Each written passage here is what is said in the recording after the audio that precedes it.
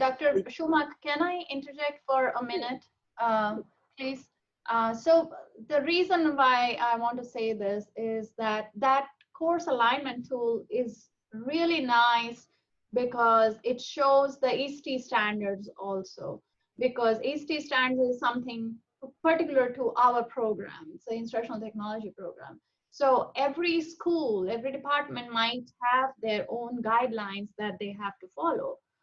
So that is also actually nice to keep in mind while you are developing your courses. So what you see as the university-wide, which is the QM, so that we as a university are following QM.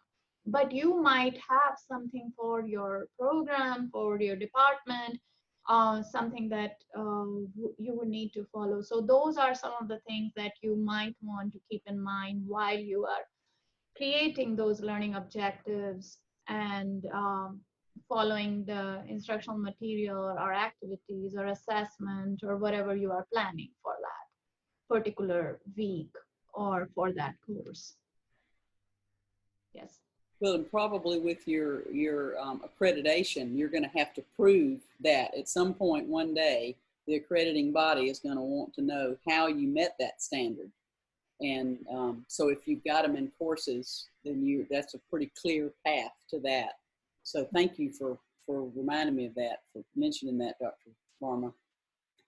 So this really long rubric is already, it's in this self-review tool, which I find a whole lot more helpful. Now, you can take that PDF and print it out and go through it, or pull it up on your, iPad with your Apple Pencil and fill it in, which is what I'm doing with my students this summer. But you also have this wonderful online tool, which is what I use for my courses and also to review other people's courses. So once you get your QM account, and Dr. Varma showed you, just go to My QM and tell them you're starting anew, and you'll be able to get a whole new count. If you can't, if you have trouble with that, I believe the instructional designers for your college can help you with that. But that's usually a pretty easy process. And then you have, yours might not look exactly like mine, but you'll have the CRMS button at the top. And then over here on the left, it says My Course Reviews. So if you go to Self-Reviews, you can see the reviews that you have started. And for some reason, I've got two in one course. I accidentally created one. But so here's one that I've been working on, and it shows that I'm 33% complete with it. So it's really nice that way. But it's got all the standards. There's 8 standards. And you can see here that I'm basically through with the first 2 standards, and I'll move on to the third. So one of the great things about it, if I go to standard 1, is it has the standard, and then it's got all that annotation for you. And then you can put in your evidence. So that's what I've started doing with this course that I'm partway through, is I'm going through and I'm just putting in where I have met that standard, the evidence of it. And I know my course because I've been, building it and getting it ready. So I'm putting that information in there. And then if I want to improve something, either because I didn't meet it, like I mentioned earlier, there's something on here I was looking at and I said, oh, I thought that was in my syllabus. It wasn't. Somehow I deleted it. And so now I know, I'm reminded I got to do that. So I put that in the suggestions for improvement. So it's very, very handy to have. And so like standard 2, I can go down here and I can see, again, the same thing. I'm putting evidence in and areas for improvement if I see those. And then this is a great thing too. You can review other people's courses as well. So I could, as long as I have Blackboard access to somebody's class, if a peer wanted me to review their course, then I could get Blackboard access to it. I could pull this thing up and I could put in the course with the person's name, and it would be here. And then Dr. Varma, actually, because she's the coordinator, can see all those self-reviews that are started. So she can, she would know that self-review's been done.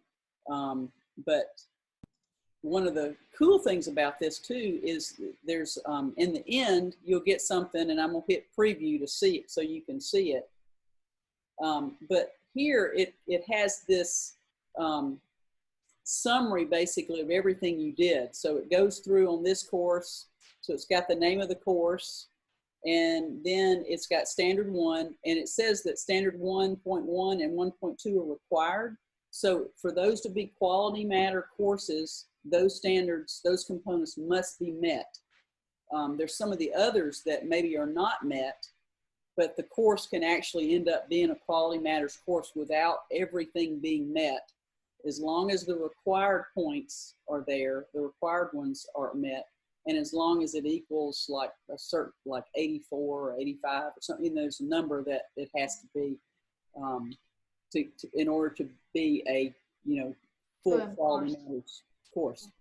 So that's nice on this summary. But see, on the summary it says what the evidence is and also the suggestions for improvement. So if I'm reviewing somebody's course for them, my little suggestions are right there. Everything's kept.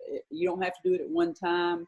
I can do it and save it and then come back to it the next day, do a few today and a few tomorrow. So it's very, very handy for reviewing your course, because it really makes you walk through some things that you may have forgotten or, you know, not be aware of. And so you can see how it's, you know, I've got the evidence for something, and then also some suggestions. Like in this case, there's something that I want to add that I noticed that was a good idea. And also the annotations are really good because they give you some ideas about things that you know, it's just great ideas that you may not have thought about. Maybe you've met the standard already or met the component. That's not the problem, but maybe that you see something in the annotation where, oh, I'd really like to add that. So it's very, very handy for ideas too, just to give you ideas of how to do something really well. Okay, so that's really nice to have that listing, and then you can save your review, and it keeps all of that information in there, and it gives you a very short view. You can see I haven't marked these standards